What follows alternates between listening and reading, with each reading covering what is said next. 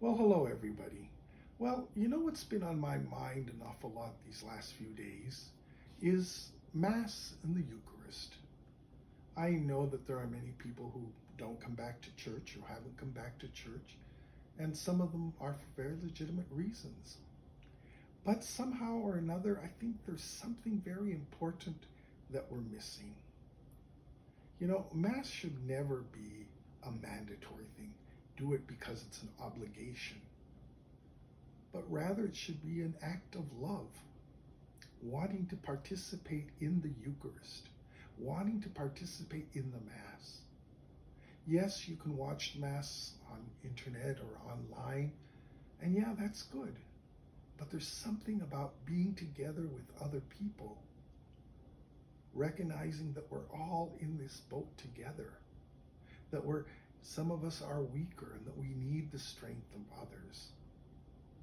Just the other day, for example, I know I was celebrating Mass and there were a couple of crying children.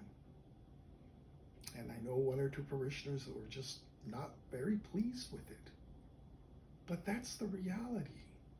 I said to those parishioners, I would rather have them at Mass making all the noise that they can make than staying at home and not coming to encounter the risen Lord.